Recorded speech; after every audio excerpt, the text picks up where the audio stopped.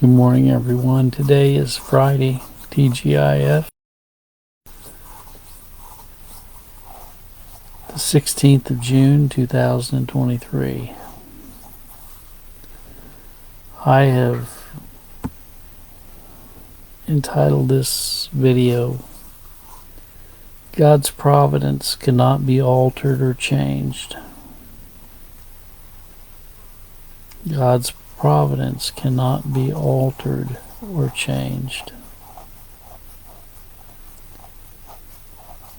A lot of people are very unhappy with their state in life.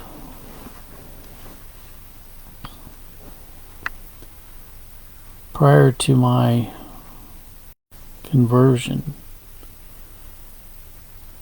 when I was 37 years old, I was pretty unhappy with my state in life. But when God brought me to saving grace and showed me His sovereignty, His power, His glory, His love, His omnipotence, His omniscience, His omnipresence, it changed everything for me. It took me from a frown to a smile.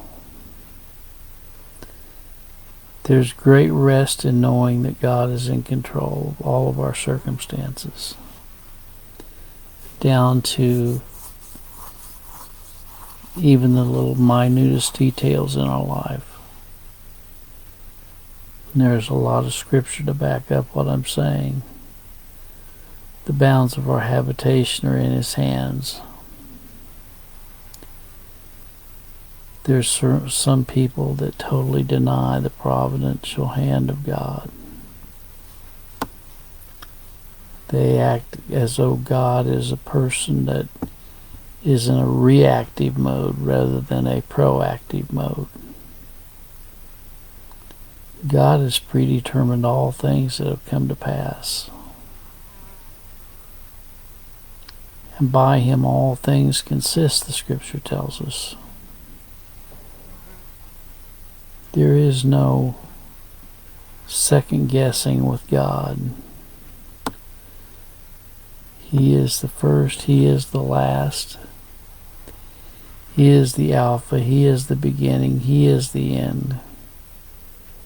He's the King of Kings and the Lord of Lords, the Alpha, Omega, the beginning and the end. In the beginning, God created the heavens and the earth. And God is the one who determines all things.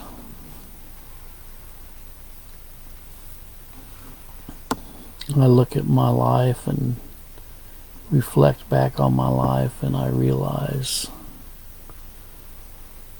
there's absolutely nothing that transpired in my life that God did not predetermine to happen. That includes the family He put me in, where I went to school, where I went to college, all the jobs that I've had, all of the places that I've lived, all of the cars that I've driven.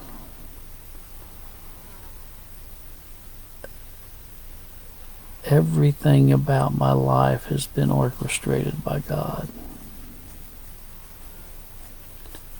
If everything in my life so far has been orchestrated by God, everything in my future is also orchestrated by God, even the day of my death. The day of my birth was orchestrated by God. The day of my death will also be orchestrated by God. The date of my parents' death, the date of my spouse will be orchestrated by God. The date of my child will be orchestrated by God. You might ask the question, so why is that so important? It's important to know that God is in control. friend of mine called me today, and 14 years of his life's work went down the drain because it appears that his website of 14 years is no longer accessible on the internet, and he doesn't know what happened. He was all paid up. His host was all paid up. You know, that same thing happened to me on a website called Brand New Tube. I had over like 400 videos on Brand New Tube, and all of a sudden it was wiped out. And they never have been able to get it back. The same thing happened to me on Parler. I can't get Parler back up. All of these things are orchestrated by God. You know, the good, the bad, and the ugly.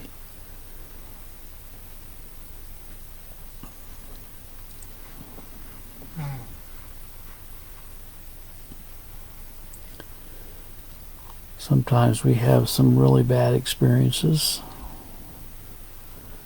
and we wonder, you know, why is God putting us through this?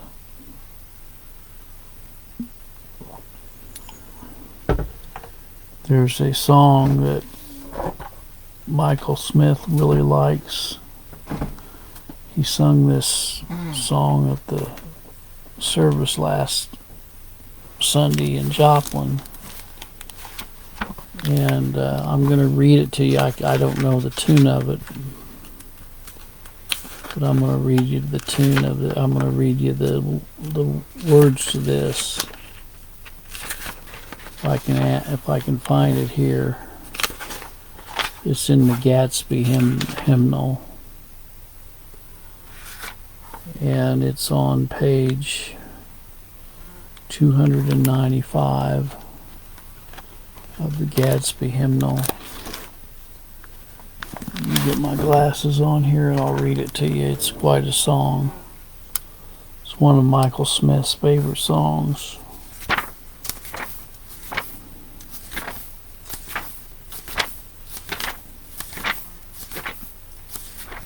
It says, by the way, this was written by John Newton.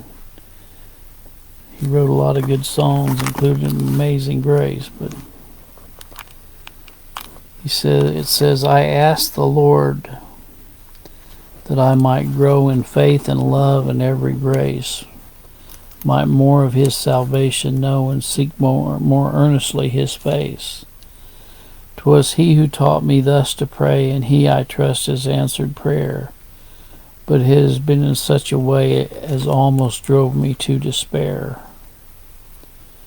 I hoped that in some favored hour at once he'd answer my request, and by his love's constraining power subdues my sins and give me rest.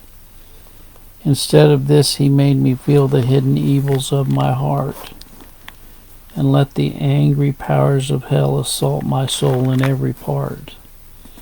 Yea, more, with his own hand he seemed intent to aggravate my woes, crossed all the fair designs I schemed, blasted my gourds and laid me low. Lord, why is this? I trembling cried. Wilt thou pursue thy worm to death? 'Tis in this way, the Lord replied, I answered prayer for grace and faith. These inward trials I employ from self and pride to set thee free, and break thy schemes of earthly joy, that thou mayst seek thy all in me. There's your answer.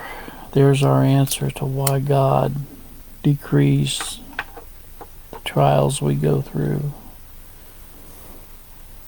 to cause us to flee to him.